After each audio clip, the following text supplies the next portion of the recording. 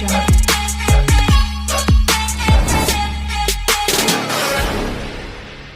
చాలా మంది ఈ పీఎం కిసాన్ 21వ విడత అమౌంట్ ఎప్పుడు పడతాయని చాలా రోజుల నుంచి అయితే ఎదురు చూస్తున్నారు.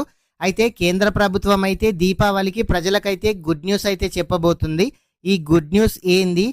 పొలము కొత్తగా రిజిస్ట్రేషన్ చేసుకున్న వాళ్ళు ఈ న్యూ ఫార్మర్ రిజిస్ట్రేషన్ ఎక్కడ చేసుకోవాలి? ఇప్పుడు న్యూ ఫార్మర్ రిజిస్ట్రేషన్ అవుతుందా కావడం లేదా? ఈ పీఎం కిసాన్ అమౌంట్ ఏ బ్యాంక్ అకౌంట్లో పడుతుంది? ఈ కేవైసీ ఎవరు చేయాలి, ఎవరు చేయొద్దు? ఈ బెనిఫిషరీ లిస్టులో పేరున్న వాళ్ళకు అమౌంట్ వస్తాయా? ఇలాంటి విషయాల గురించి ఈ వీడియోలో తెలుసుకుందాము. ప్రతి ఒక్కరు కూడా వీడియోని అయితే లైక్ చేయండి.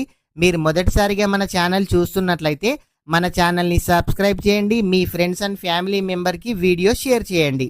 ఈ పీఎం కిసాన్ అమౌంట్ ఇప్పటికీ 20 విడతల్లో రైతుల ఖాతాలో జమ చేయడం అయితే జరిగింది.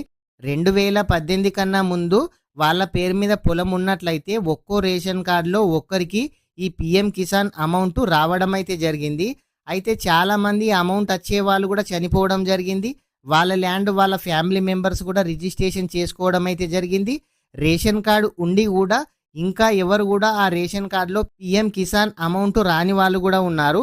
అట్లాంటి వాళ్ళు మీ దగ్గరలోని అగ్రికల్చర్ ఆఫీస్కి అయితే వెళ్ళండి. మీరు అగ్రిస్టాక్ ఫార్మర్ రిజిస్ట్రేషన్ అయితే చేయండి. అగ్రిస్టాక్ ఫార్మర్ రిజిస్ట్రేషన్ చేసిన వాళ్ళకు మాత్రమే ఈ PM Kisan new registration process అయితే చేయొచ్చు. పీఎం కిసాన్ పోర్టల్ ఓపెన్ చేసి న్యూ రిజిస్ట్రేషన్ చేస్తే కాదు, అందుకోసం అయితే మీరు అగ్రిస్టాక్ ఫార్మర్ రిజిస్ట్రేషన్ అయితే చేపియాలి. అయితే ఈ న్యూ రిజిస్ట్రేషన్ ఇప్పుడైతే కావడం అయితే లేదు.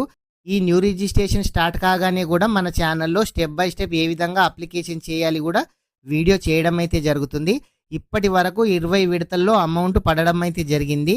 ఇప్పుడు 21వ విడత ఈ నెల దీపావళికి ఇస్తామని కేంద్ర ప్రభుత్వం చెప్పడం అయితే జరిగింది.